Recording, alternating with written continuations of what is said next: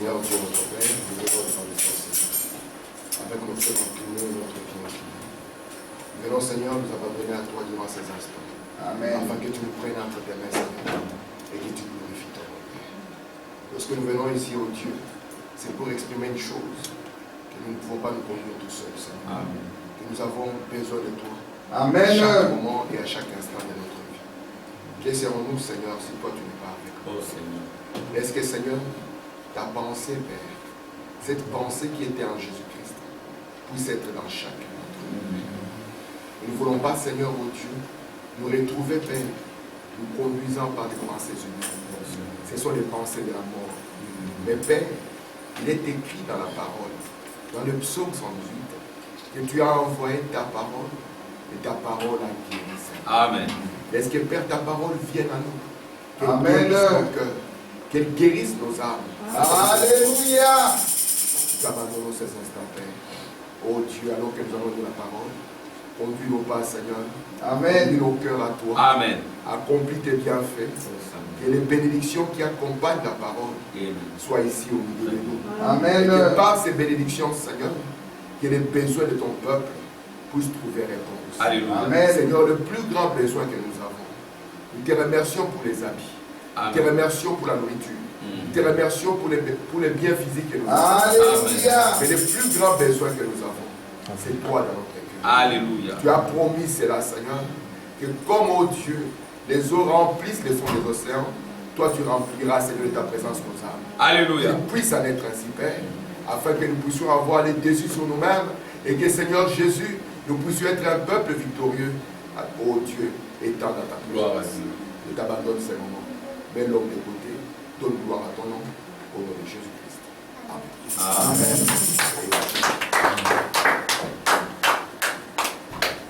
Nous allons lire la parole de Dieu. Frère Eva.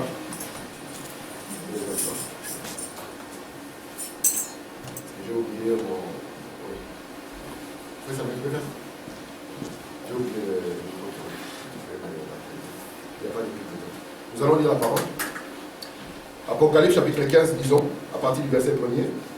Disons ensemble. Oui.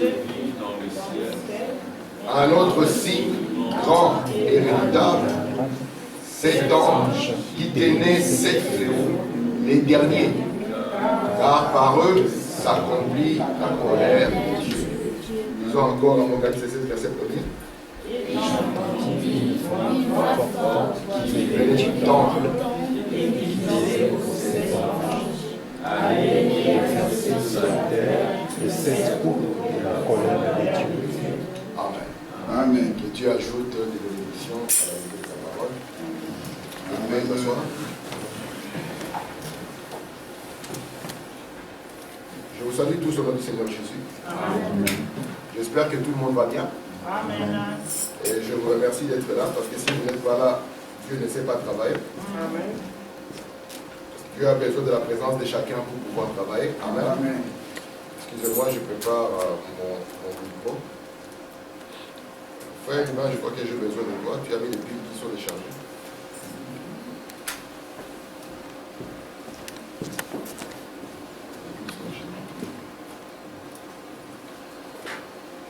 Dieu vous bénisse. Amen.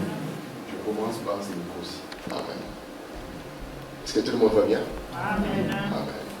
Nous remercions le Seigneur parce qu'il nous a accueillis assez de fois pour quitter nos maisons et venir en ces lieux. Lorsque nous venons en ces lieux, ça peut sembler comme une petite routine en fait.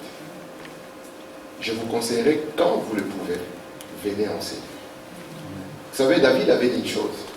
Il dit, j'avais contemplé, frère Dieu te bénisse. J'avais contemplé, il dit, dans mon cœur, je voulais envier le méchant. Parce que je voyais qu'il prospérait plus que moi. Il dit, mais quand je suis entré dans ta maison, j'ai compris la fin du méchant. Amen. Amen. Vous savez, ces mondes sur lesquels les hommes s'accrochent, la finalité de ces mondes est une explosion atomique. Amen. Amen. Amen. William Branham dit, ce n'est que poussière. Très bien. Et un homme qui s'accroche à la poussière, c'est un homme qui n'a pas d'intelligence. Mais Dieu, quand il vient vers nous, c'est pour ouvrir notre intelligence. Amen. Afin que nous puissions regarder aux choses éternelles. Amen. Amen. Et les choses éternelles que je suis en train de vous donner, de vous pointer, il n'y a rien, il n'y a pas un magasin qui puisse vous les donner. Il n'y a que la parole de Dieu.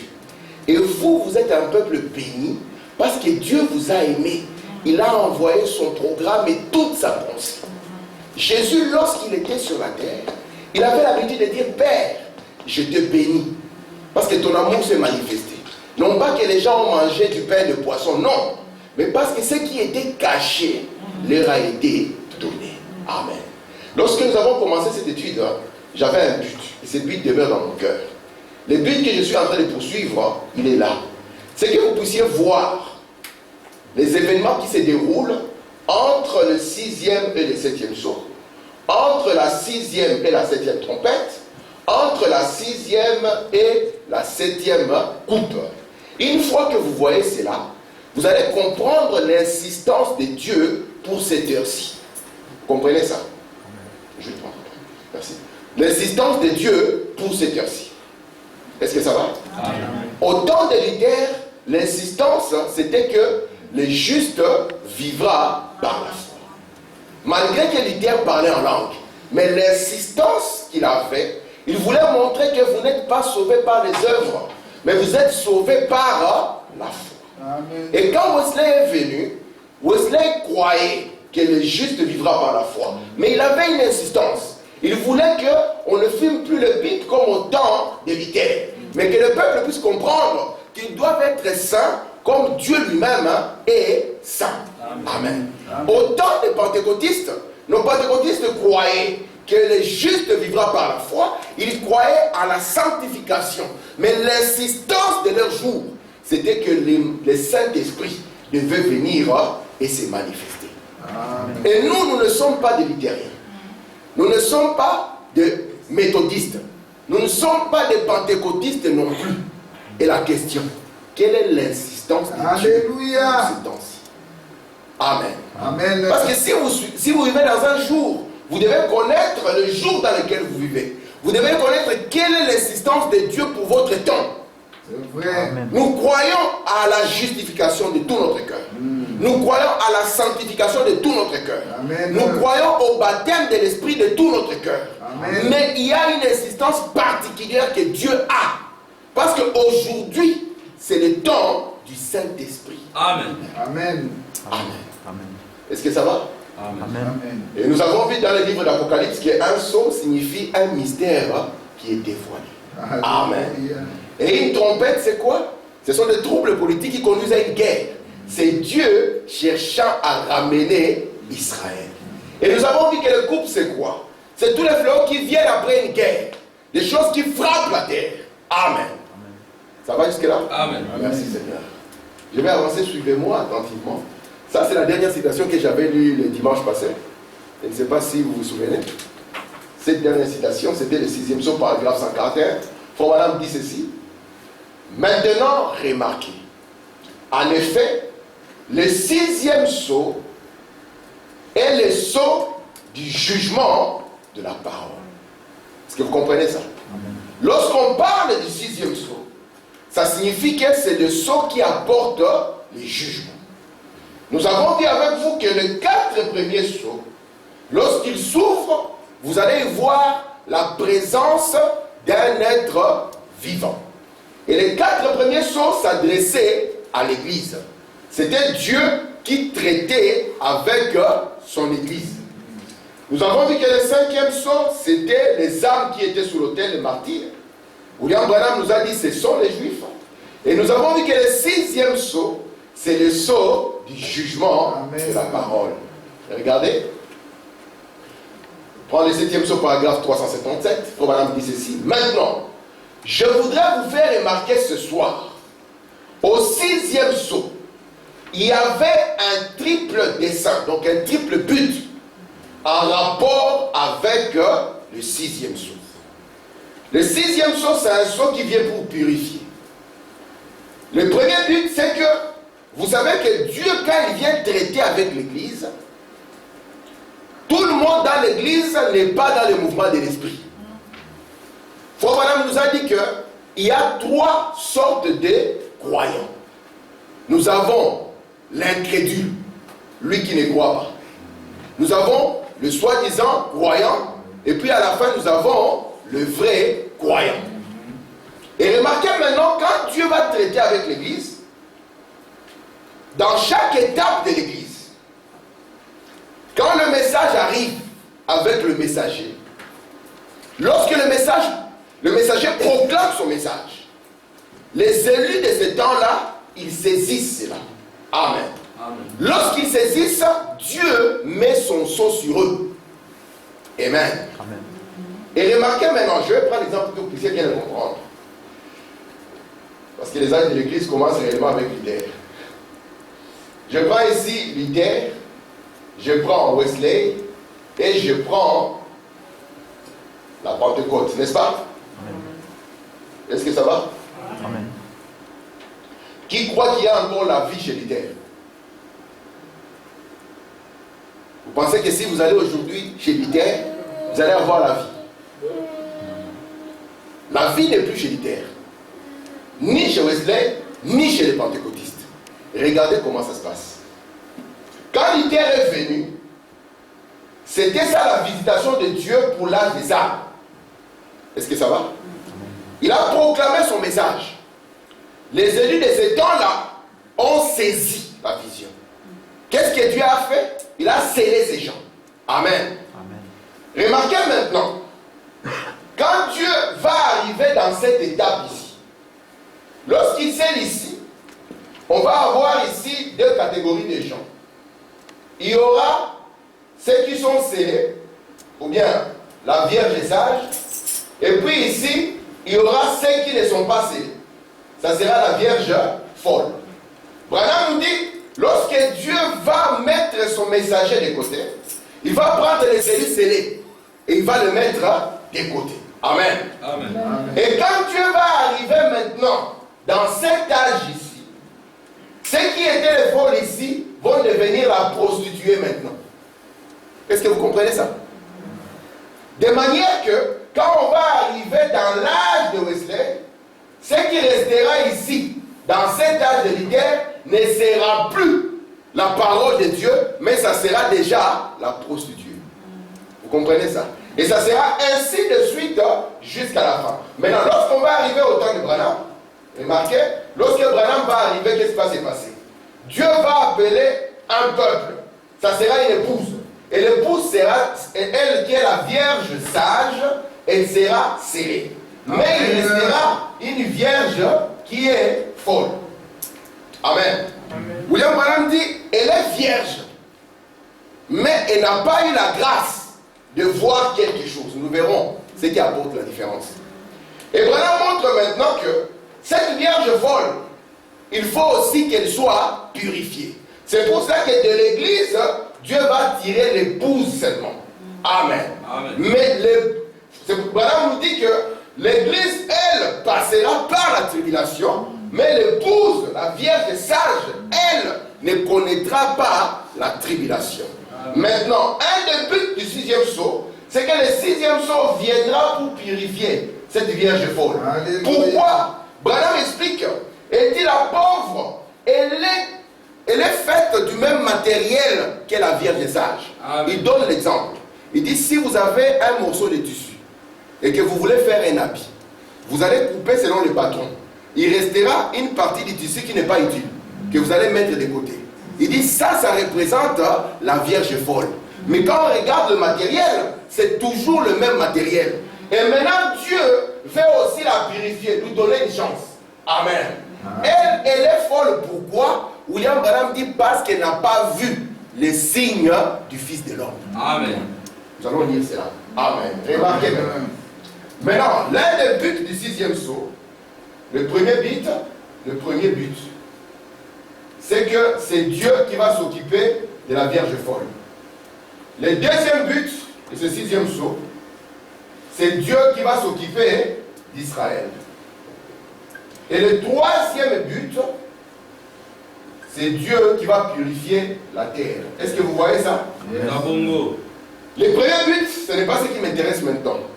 Je voudrais parler de ce deuxième but, parce qu'il y a beaucoup d'éléments qu'il y a ici. Dieu qui traite avec Israël. Est-ce que vous êtes prêts? Amen. Je n'entends pas. Est-ce que vous êtes prêts? Amen. On n'a pas mangé. On a mangé. Amen. Bon. Il n'y a personne ici. Vous avez mangé? Oui, on a mangé. Ok, si vous n'avez pas mangé, j'ai vu qu'il y a un gâteau dehors. À la sortie, vous le mangerez, même si ce n'est pas moi qui l'ai apporté. Et si j'entends les bruits d'abord, je commence la prédication. Ah. Regardez maintenant ce qu'il faut maintenant dire. Allons-y doucement, parce qu'on va dire des choses et j'aimerais que chacun puisse les capter. Branham dit ceci, dans le début et la fin de la dispensation des gentils, paragraphe 89. Remarquez, 2500 ans durant, les Juifs ont été dispersés dans chaque nation sous les ciels. Comme Dieu avait endurci le cœur de Pharaon pour les ramener, il a endurci le cœur d'Hitler, le cœur de Mussolini, ainsi de suite, jusqu'à ce qu'il les ait reconduits en Palestine. À leur retour, ils se sont encore créés une nation. Nous avons vu que lorsqu'Israël avait rejeté Jésus, Rome est arrivé et Rome a dispersé les Juifs dans toutes les nations qu'il y a sur la terre. C'était le programme de Dieu afin que Dieu puisse traiter avec les non-juifs. Et Branham nous dit maintenant que Dieu, comme il avait fait du temps de Joseph, en endurcissant le cœur de Pharaon, Dieu va susciter des hommes, des dictateurs, qui vont faire quoi? Qui vont pousser Israël à retourner chez lui. La dernière fois, nous nous sommes arrêtés à la période de la Deuxième Guerre. Regardez, je mets ici 1939 jusqu'en 1945. Il y a des événements qui sont importants ici, qui vont, nous allons voir ce que ça signifie pour Israël, nous allons voir ce que ça signifie pour l'Église, et nous allons voir à partir d'ici ce qu'il y a et qui va concerner la terre. Est-ce que ça va? Amen. Je continue. Voilà dit. Notez bien dans Apocalypse 9 et verset 13. Soyez très attentifs. Sous la 6e trompette. Apocalypse 9, 13, c'est sous la 6e trompette. Notez bien que 200 000 cavaliers qui avaient été liés sur le fleuve Euphrate ont été déliés sous la 6e trompette. Ce sont les événements qu'il y a ici. Or, il n'y a pas 200 000 cavaliers dans le monde. Pourtant, il y avait 200 000 cavaliers. Voilà, on continue. Ce n'étaient pas des chevaux naturels. Ils avaient pour souffle du feu, ils avaient le cuirasse de jaspe et ils avaient des queues. Et le bout de la queue ressemblait à un serpent. Une tête de serpent au bout de la queue qui piquait. C'était des chevaux spirituels, des démons spirituels, des chevaux de bataille qui avaient été liés sur le Frate toutes ces années, des démons surnaturels. Amen. Amen. Regardez maintenant ce que Branham va nous dire. Ça, j'aime beaucoup. Regardez ici. Qu'est-ce que nous voyons? Nous voyons que la persécution va commencer. Mais qu'est-ce que cela signifie, Frère Branham? Qu'est-ce que c'était? L'ancien empire romain était réveillé ou ranimé. Donc pour dire que ce qui va se passer ici va correspondre exactement à ce qui s'était passé au temps de Titus. Lorsque Titus avait tué les Juifs, simplement parce qu'ils sont Juifs. Regardez maintenant, la persécution des Juifs. Ils avaient été liés près de 2000 ans, depuis l'an 70, sur le fleuve Euphrate, sans pouvoir traverser vers la promesse. Une secte religieuse qui cherchait à passer sur l'autre rive. Euphrate, vous savez, traversait l'Éden, mais ils étaient liés là. 200 000 démons de persécution. À partir de cette période ici, où nous voyons la 6e trompette sonner, Branham nous dit que, je vais mettre ça en rouge pour que vous voyez ça, il y a un réveil qui se passe ici. C'est le réveil de Rome. Mais de quelle Rome? De la Rome païenne. Vous voyez ça? Parce que la Rome païenne est la Rome qui avait attaqué, la Rome politique qui avait attaqué Israël en ces temps-là. Est-ce que c'est clair? Continuons. Branham va nous dire des choses merveilleuses. Parce qu'il va nous montrer des choses qui vont se passer dans les domaines politiques. Lorsqu'Israël a été attaqué, ces démons de persécution sont venus oindre. Nous avons mis premièrement Mussolini à Rome, ils ont oint Hitler, et ainsi de suite. Regardez Branham maintenant, exposé. Ce sont des citations que j'avais lues et je suis en train de vouloir vous conduire à quelque chose. Branham dit, le domaine de la troisième vision, ce sont les visions que Branham a eues en juin de l'année 1933. Le domaine de la troisième vision était celui de la politique mondiale. Car elle me montrait qu'il y aurait trois grands ismes. Le fascisme, le nazisme et le communisme. Mais que les deux premiers seraient absorbés par le troisième. À la fin de la Première Guerre mondiale, les deux premiers sont absorbés. Vous comprenez? Il ne reste que le communisme. Écoutez, Branham dit, la voix m'exhortait. Observe la Russie, surveille le roi du Nord. Après ici, on ne parlait plus des fascistes, on ne parlait plus de l'Allemagne nazie. On est resté maintenant avec ce qu'on a appelé le communisme. Et la voix a dit à Frère Branham, c'est ce qu'il faut surveiller. On va surveiller qui? Le roi du Nord.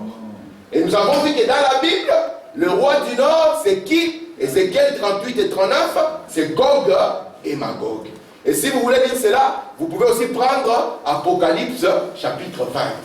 Ce qu'il y a ici. Maintenant, si vous remarquez, Ézéchiel 38 et 39 parle de Gog et Magog. Lequel est la Russie, le pays du Nord. Maintenant, je ne dis pas que c'est exact, mais selon ma façon d'enseigner, cela s'est produit après l'enlèvement. Après que l'Église a été enlevée, et Dieu s'occupera de Gog et Magog quand ils viendront là pour attaquer Israël. Merci Seigneur. Gardez ceci à l'esprit. Je continue. Maintenant, je suis dans l'ange de l'Éternel. Rappelez-vous bien ceci. Branham nous donne un élément. Il nous dit de regarder la Russie. Un homme spirituel observe les rois du Nord et il sait que le roi du Nord doit nous conduire à Gog et Magog. Pas autre chose. Regardez maintenant ce que Branham va nous dire ici. Je ne sais pas si vous allez le croire. C'est un prophète. Branham est un vrai prophète. Ce qu'il dit ici, c'est ce qui se passe maintenant. Il dit, rappelez-vous bien ceci. Suivez-le attentivement. Nous sommes au temps de la fin. Observez sur le plan géographique. Là où la guerre éclate. C'est frère Branham. Observez le Gog, donc la Russie. Là au nord, la Russie a commencé la marche de descente. Branham dit, observez le Gog au nord descendant. Il dit, descendant où? Là, en Turquie. Amen. C'est frère Branham qui le dit. Hein? Il dit, descendant là en Turquie. Il continue. Et aussi, les batailles ne se mèneront pas en Corée. Nous avons vu à un moment, la Corée du Nord s'est levée. Les gens ont dit, attention, cette Corée va faire quelque chose. Branham dit non. Les batailles ne se lèveront pas en Corée. Mais observez la Russie qui descend vers la Turquie. Il n'y a même pas 2 semaines qu'ils étaient ensemble, en train de défier les restes du monde. Branham dit, les batailles ne se mèneront pas en Turquie, mais là, en Palestine. Et nous pouvons voir la même configuration comme quand Jésus avait dit, lorsque vous verrez encore des armées venir tout autour de Jérusalem. Alléluia. Est-ce que vous êtes là? Amen. Qui l'aurait dit? Il a dit ça en 51. Là où on ne parlait même pas de la Turquie. Et Branham commence à expliquer pourquoi. Il dit pourquoi la Russie? Il dit après la Pentecôte, le premier pays à être visité par le Saint-Esprit, c'était la Russie. Amen. Il dit le Saint-Esprit est descendu en Russie. Il dit qu'est-ce qu'ils ont fait? Ils ont rejeté le Saint-Esprit. Il dit et cela les a rendus des gens froids et des gens brutaux. Il dit après cela, le Saint-Esprit est parti en Turquie. C'était les génocides arméniens. Il dit lorsque le Saint-Esprit est arrivé en Turquie, qu'est-ce qu'ils ont fait? Ils ont rejeté le Saint-Esprit. Et Dieu les a pris, les a saisis dans sa main comme état des impies, mais un outil dans la main du Seigneur. Nous qui voulons nous accrocher à cette terre. Amen. Quelle est notre finalité, mes frères? Regardez, je continue. Branham dit, maintenant, c'est la fin de la dispensation des nations. Et la Russie, le communiste, possède également une bombe dirigée droit vers elle. Pour y mettre quoi? Pour y mettre fin. Ne vous en faites pas, ça va venir. C'est ce que dit la Bible. Cela viendra avec votre nom écrit dessus. Et en une seconde, elle sera réduite en poussière. Toute la nation. Ce sera l'anéantissement total. Je peux ajouter? Branham continue. Remarquez, c'est Dieu qui fait cela. Je sais que chez eux, ils ont une liberté totale. C'est une bande de païens. Mais Dieu n'a-t-il pas suscité des nations païennes pour remettre Israël au pas dans le passé? La Bible déclare que la Russie et le communisme sont simplement des instruments entre les mains de Dieu pour exterminer carrément les gens de la face de la terre. Est-ce que vous comprenez ça? Et nous voyons déjà Gog descendant. C'est devant nos yeux. Branham dit c'est un instrument entre les mains de Dieu pour exterminer carrément les gens de la face de la terre. On peut continuer? Amen. Regardez Branham. Répandez-vous. Branham commence comme ça. Je prédis 3 rideaux. Vous êtes avec toi, Branham? Au nom du Seigneur. Alléluia. Il y en a qu'on appelle les rideaux de fer. Ça sera la Russie. Qui avait écrit quand on parlait ça? Il faut même dire, observez la Chine rouge. C'est dans les années 60, on ne parlait pas de la Chine comme aujourd'hui. Mais notre prophète dit, observez la Chine rouge. Ça sera les rideaux de bambou. Ils sont comment? Horribles. C'est qu'on a dit que toute vie sera écartée. Là, on tremble. On va venir à l'église mercredi et vendredi parce que toute vie sera écartée. Je ne veux pas que vous soyez comme ça. Amen. Amen. Et regardez maintenant.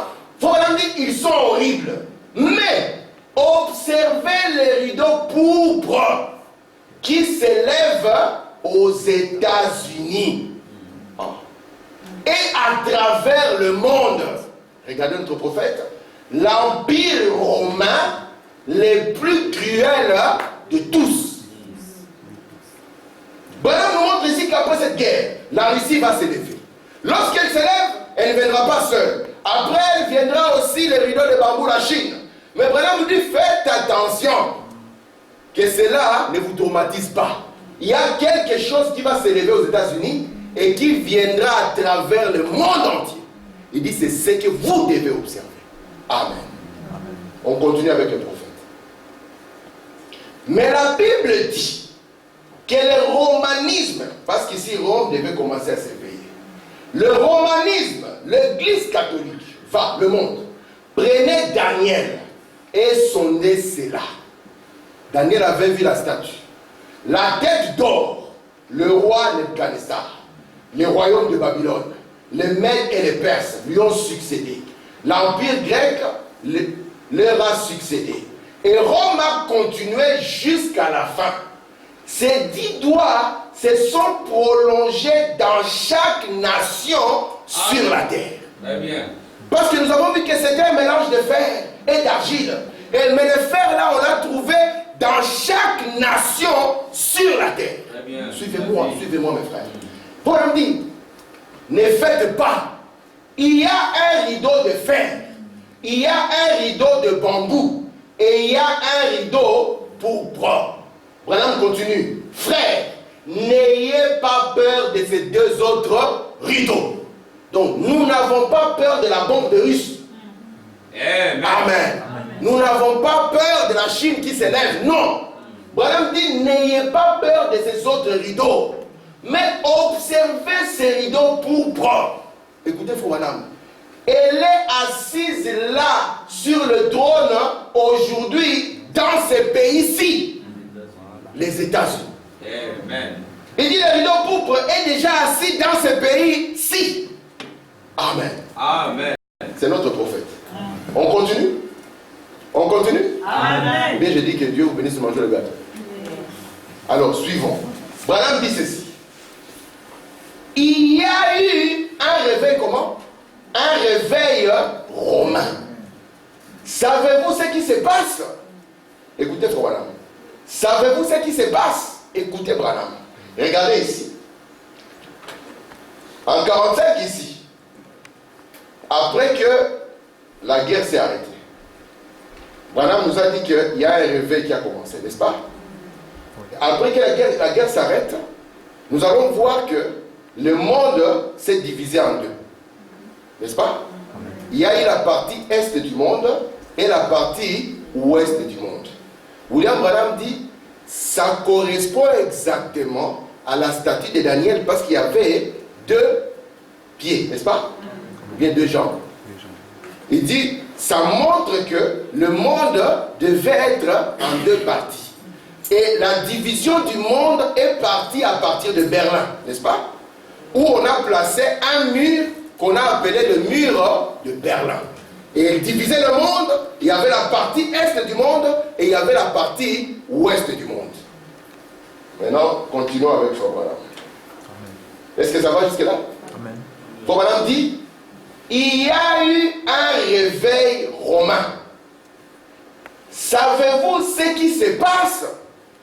C'est Frère Branham. S'il restitue la partie, ou plutôt la partie est de Berlin.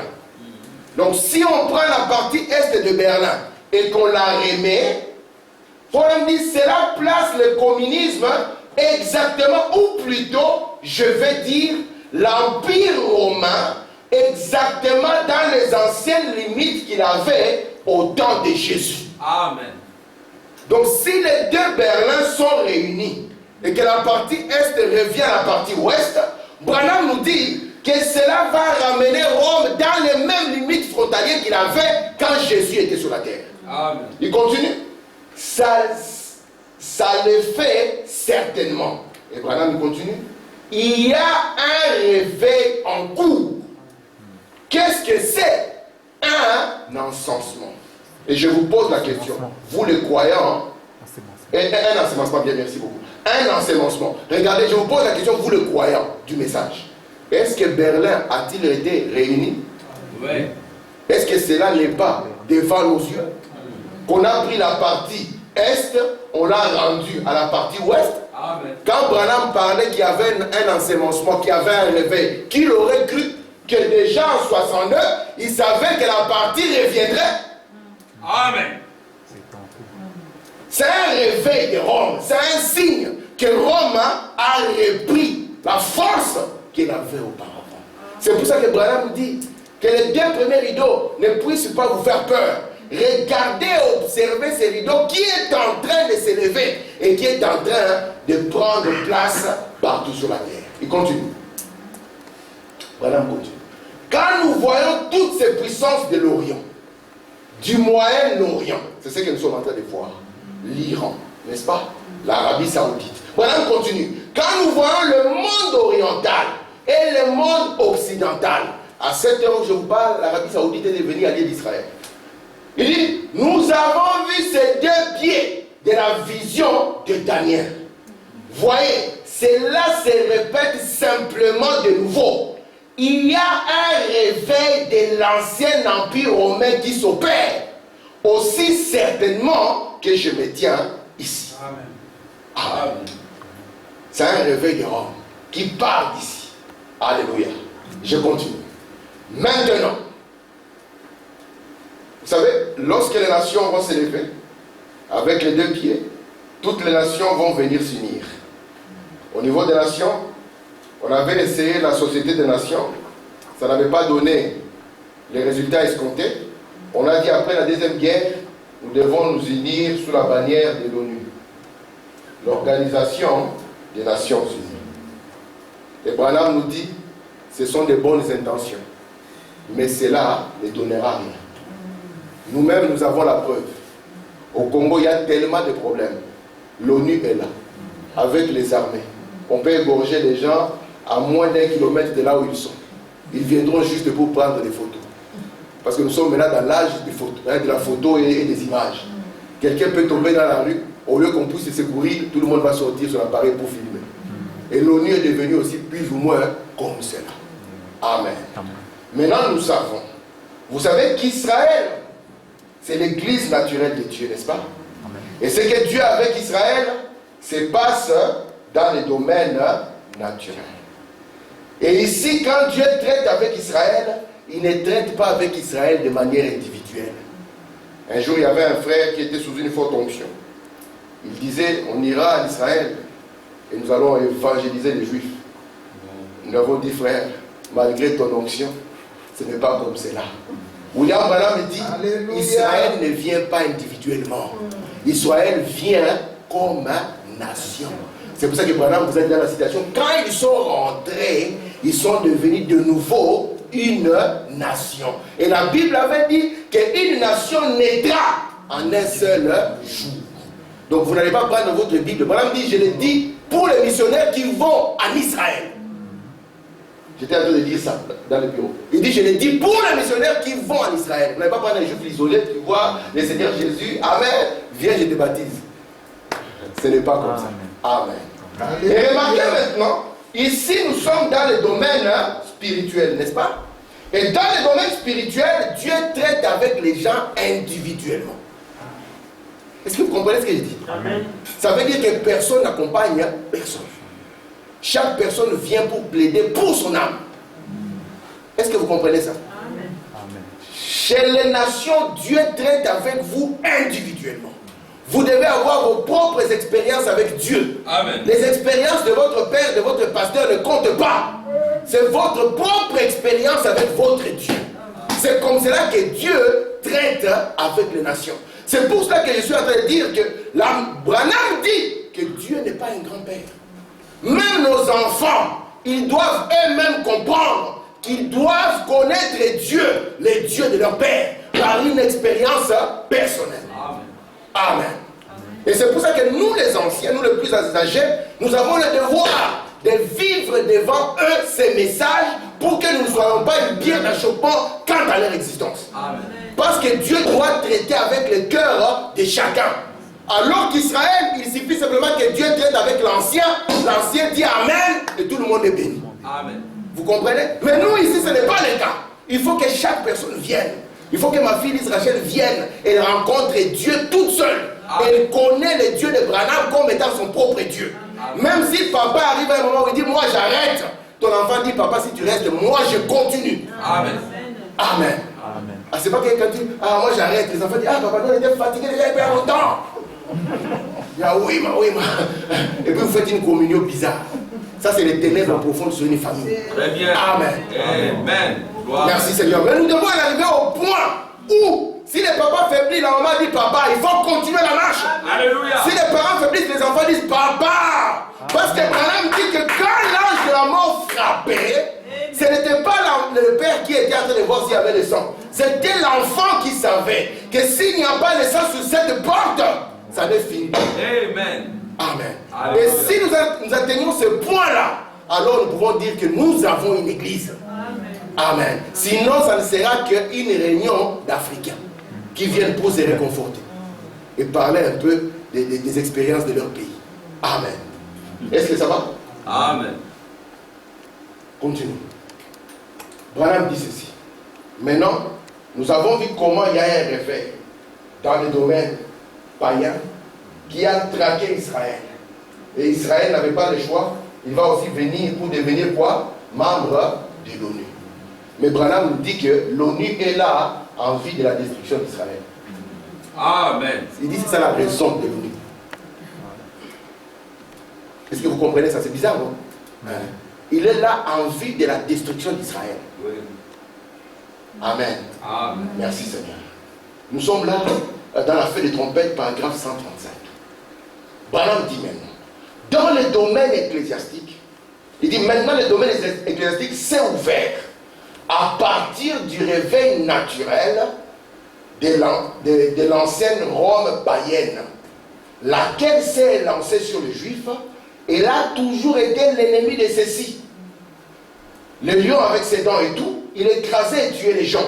Rome a toujours été l'ennemi de Dieu. Amen. Et il a été délié, le même esprit. Hier, nous avons eu un Congolais qui est devenu cardinal. Vous savez ça, non? Ouais. Vous avez vu tout le monde qui est arrivé là. Parce que là-bas, c'est le bao. Le président était assis sur des chaises en plastique. J'ai observé. Les chaises rouges étaient réservées pour d'autres qui sont encore plus puissants que lui. Amen. Je continue. Il a été délié, le même esprit, par les dictateurs du monde. En effet, les systèmes religieux, ici nous sommes dans le monde religieux, lui était encore retenu. Et voilà qu'il a été délié. Est-ce que ça va? Nous allons voir maintenant ce qui va se passer dans ces systèmes religieux. Parce que Branham nous a dit, ici, même si nous voyons la Russie, même si nous voyons la Chine, que cela ne nous trouble pas. Il y a quelque chose que nous devons surveiller. Amen. Maintenant, comme Branham dit, comment lâcher dans l'église, l'ecclésiastique, l'esprit? Lâcher sur quoi? Pas sur les dénominations, sur l'épouse. Mais ici, vous allez les saisir. L'épouse ne connaîtra pas cette période-là. La Bible dit non. L'église, oui, mais pas l'épouse. Vous pouvez le voir. Amen. Vous, les prédicateurs, vous le voyez, n'est-ce pas, mes frères? Branham dit que l'épouse ne passera pas par la tribulation. Regardez maintenant les événements. 1945. La guerre s'arrête. Le monde se retrouve avec les deux pieds. N'est-ce pas? Rome païenne commence à s'éveiller. Regardez, 1946. Les Juifs, ils comprennent qu'il faut une guerre. Ils commencent à retourner. 1947. Branham nous dit, le vieux drapeau s'élève de nouveau. 1948, qu'est-ce qu'il y a? Israël est reconnu membre de l'ONU. Branham dit, la même nuit où ils étaient reconnus, l'ange est venu vers moi. Amen. Et l'ange a parlé à Branham. Il lui a dit, maintenant il faut faire vite. Parce que ça sera un travail rapide. L'épouse ne doit pas connaître la tribulation. 1947, 12 avril, Branham enregistre le premier message. 1947, le 12 avril, Frère Branham enregistre son premier message. La foi et la substance. Amen. Amen. Pourquoi? Parce que l'épouse ne doit pas connaître la tribulation. Vous êtes avec moi? Amen. Merci Seigneur. On continue. Branham va nous dire quelque chose. Nous sommes en 1947, il a enregistré. Qu'est-ce qui va arriver en 1948? 1948, alors que les nations ont formé l'ONU après 1945, les églises disent aussi, nous ne pouvons pas rester. Il faut que nous aussi nous venions ensemble. Amen. Amen. Pour combattre le communisme. Branham dit, ce n'est pas le communisme qu'il faut combattre. Vous êtes en train de combattre les mauvais adversaires. Ici, il y a la création de ce qu'on appelle le Conseil mondial des églises ou le Conseil écuménique des églises. Amen. Amen. N'est-ce pas que c'est beau? N'est-ce pas que ça marche ensemble? Regardez maintenant, continuons. N'est-ce pas étrange que juste avant que le pape n'effectue son voyage pour Jérusalem, la lune dans les cieux s'est complètement obscurcie. Juste quelques jours avant qu'il effectue son voyage, il vient aussi ici. Vous savez, vous voyez, eh bien, cela n'a jamais été connu, vous voyez. Mais qu'est-ce que cela montre? Lorsqu'on arrive ici, mes frères, ce voyage ici, c'est en 1964. Lorsqu'on regarde l'église, à partir de 64, on regarde que, au lieu d'avoir la lumière en 7 phases, nous avons la lumière en 6 phases, Et la dernière phase, c'est un obscurcissement total. Amen. Ah, c'est merveilleux. On continue. Frère dit, comme le jour après qu'il est arrivé à Jérusalem, il a rencontré la hiérarchie orthodoxe. Qu'est-ce que cela reflète? La communion. Les protestants et le catholicisme se joignent ensemble. Chose qu'ils sont en train de faire et qu'ils feront pleinement. Dieu a reflété cela pour nous dans la lune par un assombrissement total. Et Branham dit, c'était le signe que l'Église ne pouvait plus refléter la lumière. Amen. Et qu'il était entré dans le chaos, dans les ténèbres. Amen. Amen. On continue.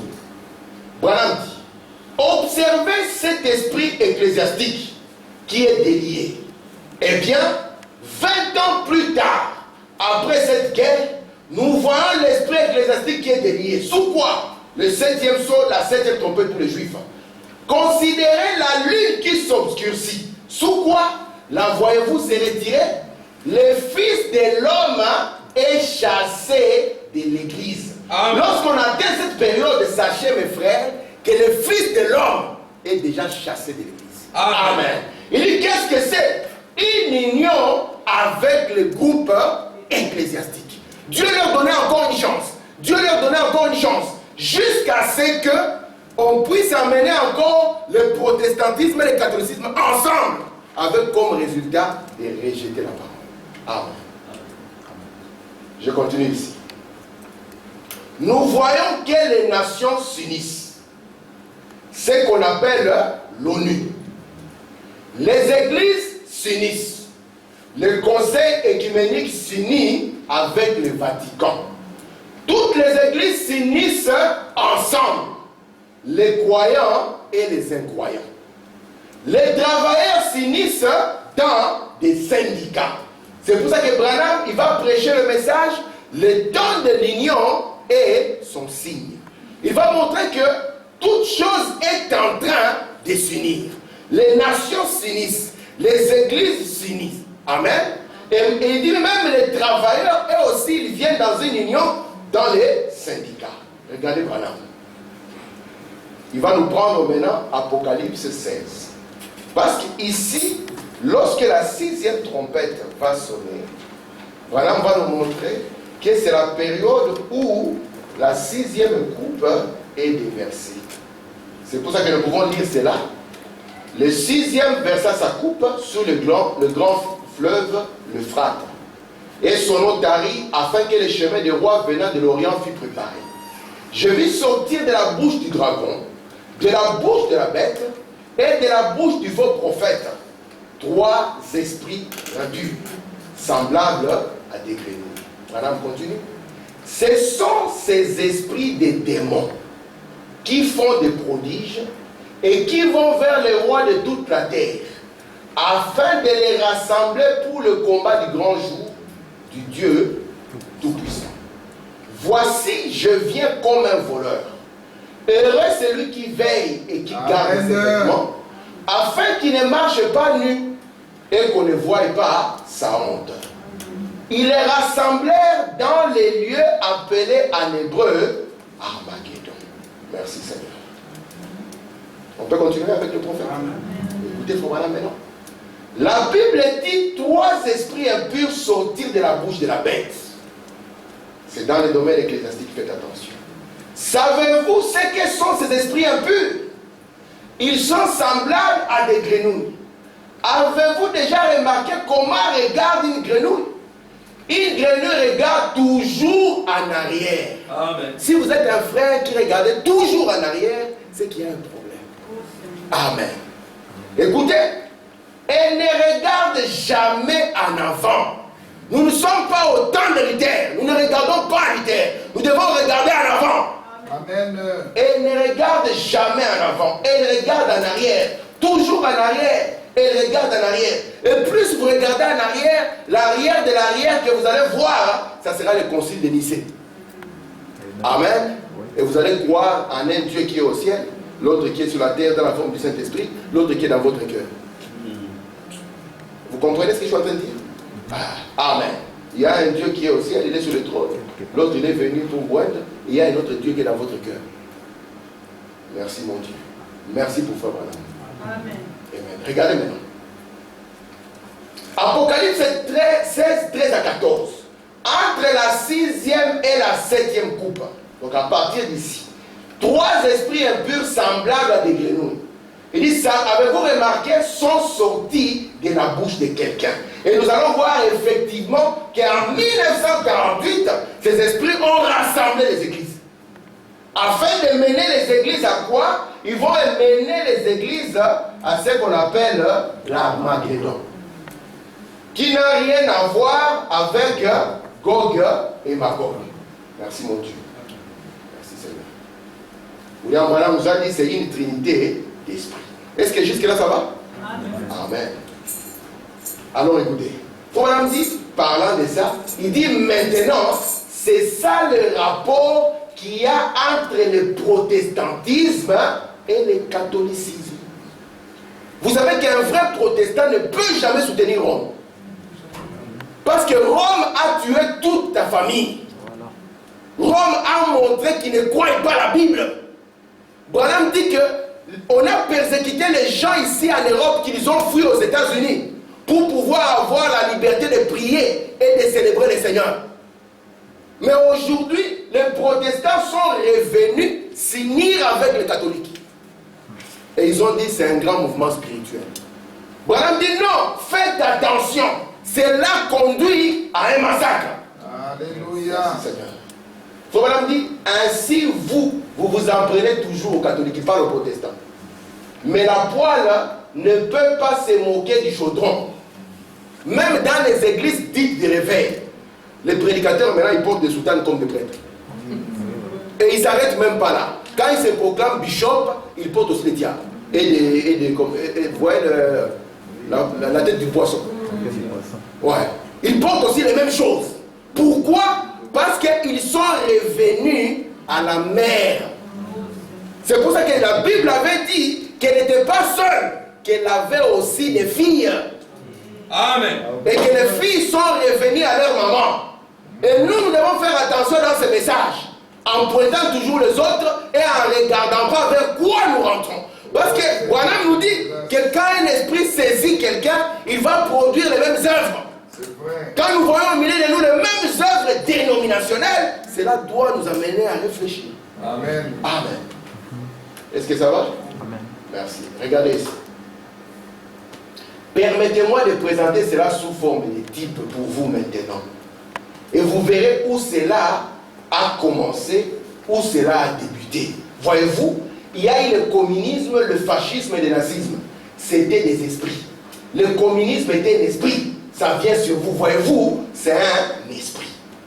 Et cela sera quelque chose comme ça.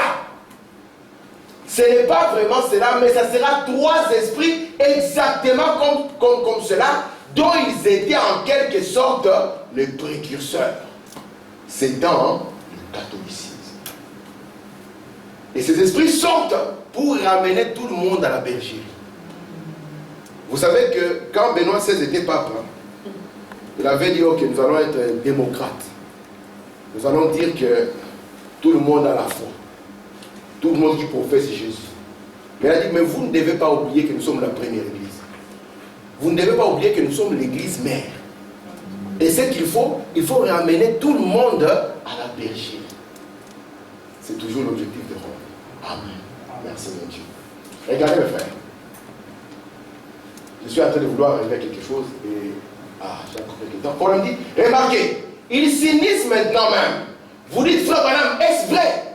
Ils viendront à la bataille d'Armageddon. C'est exactement ce qu'ils feront. Et ils s'unissent pour cela en ce moment même. C'est pour cela que nous avons l'ONU. Et tout ce que nous avons. Le monde occidental est en train de s'unir contre le monde oriental. Le communisme, tous s'unissent. Les églises s'unissent tout ensemble. Tout a l'air de s'unir. Ils s'unissent ensemble. Nous voyons cela. Je rajoute. Aussi alors, il y a cette union des nations. Nous voyons ici dans le monde ces signes nationaux. des tremblements de terre en divers endroits. Différentes choses s'unirent, rassemblant le monde, rassemblant les gens, toutes les églises ensemble, toutes ces choses. Et lorsque toutes ces choses ont lieu, il y a une autre union qui s'est faite. En cette période ici, où nous voyons les églises s'unir, en cette période ici, où nous voyons les nations s'unir, Branham dit, faites attention, il y a aussi une autre union qui est en train de se faire. Vous voulez savoir c'est quoi cette union? Amen. Vous voulez savoir c'est quoi cette union? Regardez, voilà. Dieu est en train d'unir son épouse. Elle se rassemble venant de l'Est et de l'Ouest, du Nord et du Sud. C'est un temps de l'union. Et cela se passe en ce moment même. Pourquoi s'unit-elle? Pour l'enlèvement.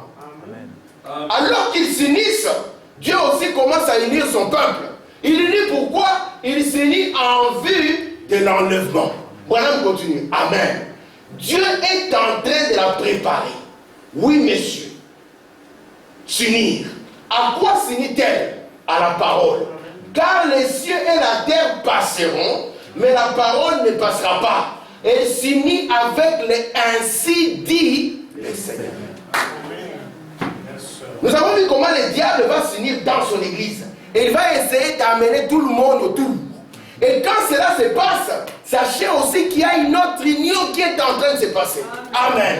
Durant cette période ici, il doit y avoir une union en vue de l'enlèvement. Amen. Est-ce que ça va? Amen. Merci Seigneur. Quoi que dise la dénomination ou quelqu'un d'autre, elle est en train de s'unir. Elle se prépare. Pourquoi? Elle est l'épouse. C'est vrai. Elle s'est unie à son époux. Et l'époux est la parole. Amen. Au commencement était la parole. Et la parole était avec Dieu. Et la parole était Dieu. Et la parole a été faite de chair et a habité parmi nous. L'insistance de ce temps-ci, c'est l'union.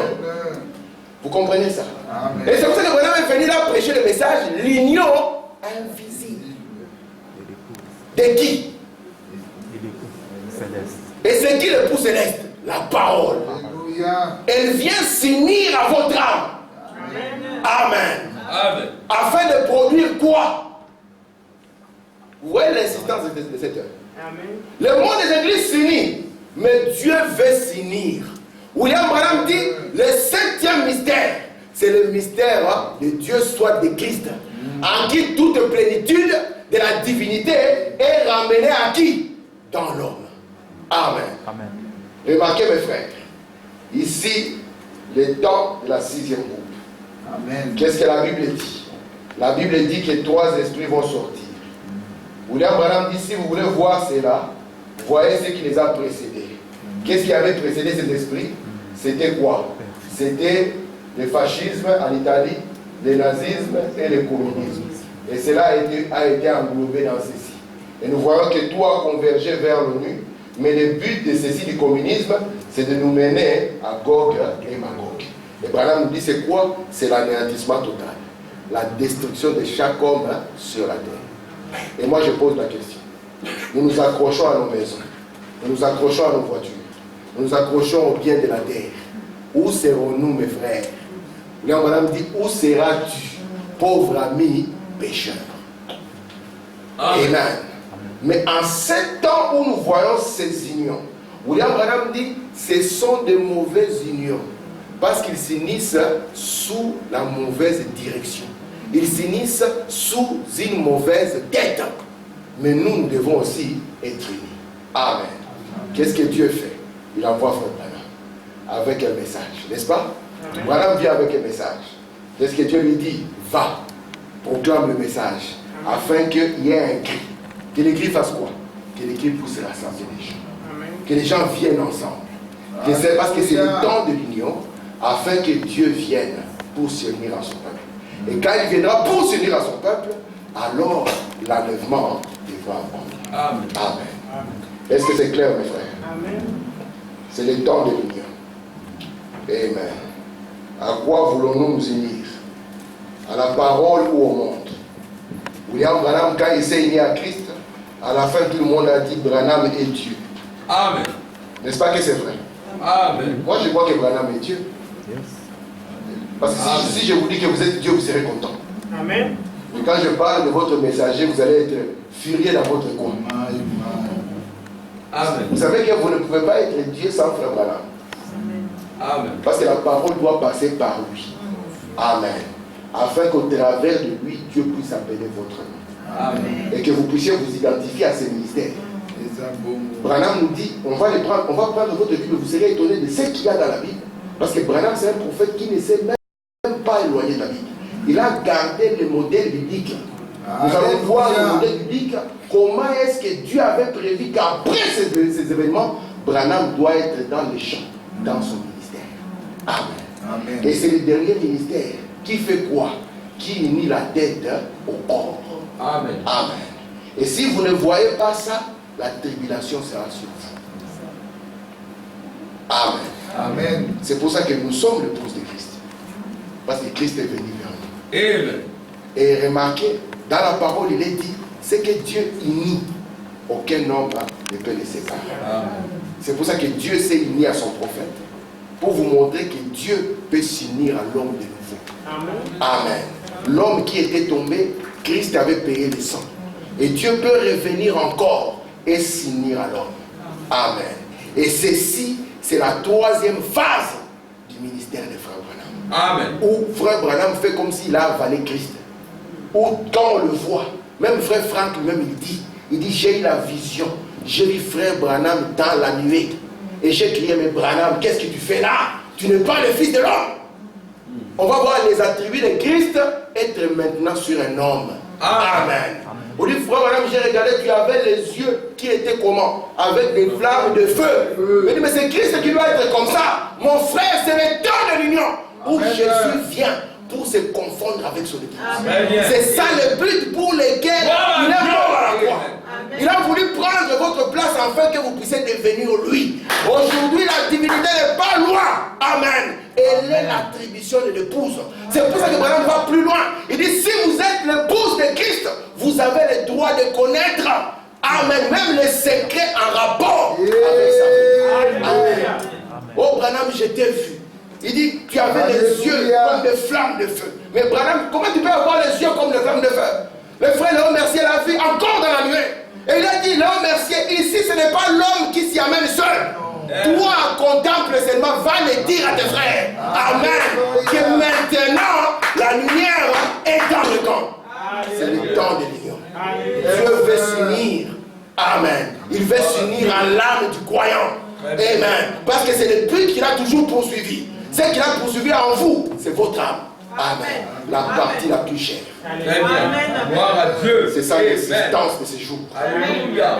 Qu'est-ce que votre âme est? Très bien. Parce que si votre âme n'est pas Dieu, elle sera le diable. Amen. Parce que vous devez être complètement et entièrement Dieu. Dieu. Et vous devez manifester Dieu dans chaque aspect. William Branham dit, la parole de Dieu arrive à la perfection lorsqu'elle manifeste Dieu dans les choses naturelles. Un homme qui prend son père et met sous son épaule, mais c'est Dieu.